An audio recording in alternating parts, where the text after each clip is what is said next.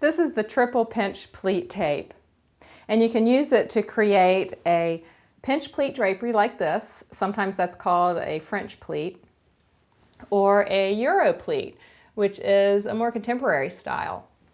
To use the tape, the first thing you need to do is find the pleats and spaces on the tape. The pleats are going to have loose cords that pull up, and it's triple pinch pleat, so there will be 3 cords in a row. 1, 2, 3. Then you have a flat space, and then you have a section of 3 cords again. So I'm going to mark the space on the end. So I have 3 loose cords, and then the flat section. So I've marked that with pins. I'm going to lay that down on the drapery panel and just create a drapery panel with a double fold heading. You don't need to add buckram.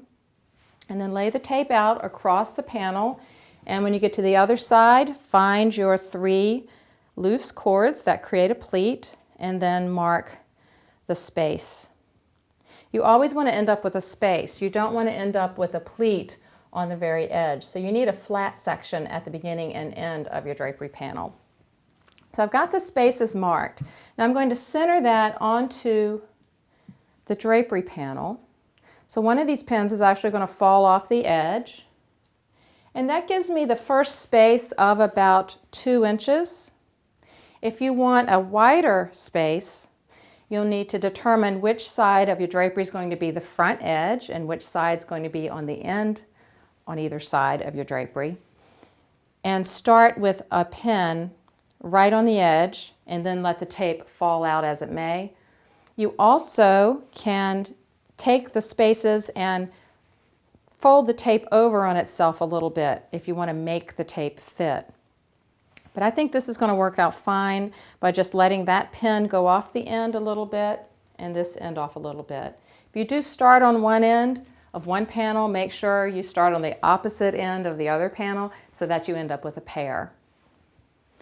After you've determined the placement of your tape, you'll notice as well, before you sew it on, there's a really faint pink line. That's the top of the tape if you're doing the French pleat. If you want to create the Euro pleat, you'll turn the tape so the pink line is facing down. But I'm going to do this for a pinch pleat.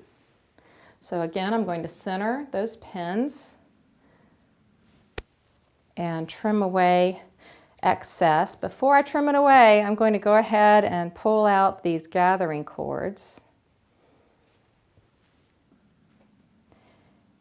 And you want to use a pin, and you're just going to reach in there and sort of fish out each cord. This tape has 3 cords. And I'm pulling this out before I cut it off so I have a longer cord so that I can tie them together. And it's going to slightly gather up, and then I'll flatten this back out. So you'll do that for all 3 cords, trim off the excess, and then tuck that under with your cords sticking out. At this end, I've already pulled out the cords and knotted them off. You'll want to do that on both sides. Center up your tape, pin the tape onto the drapery, and then stitch at the top and bottom edges.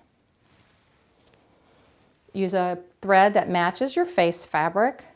And after it's all sewn on, when you pull up the tape, you're going to create your triple pinch pleats. So I'm going to show you on the tape itself.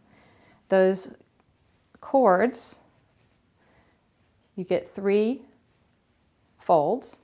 That creates a triple pinch. And, turn it right side up, it's a little bit tighter gather on the bottom and spreads out on the top. Once it's on your drapery and you've pulled up the cords, if you want to create more definition on your pinch pleat, you can hand tack at the bottom of the pleat. For the Euro pleat, you can hand tack at the top of the pleat. Because this tape is translucent, it's great for unlined and sheer materials as well. And it's a real time saver. You don't have to figure your pleats and spaces. It's all done for you.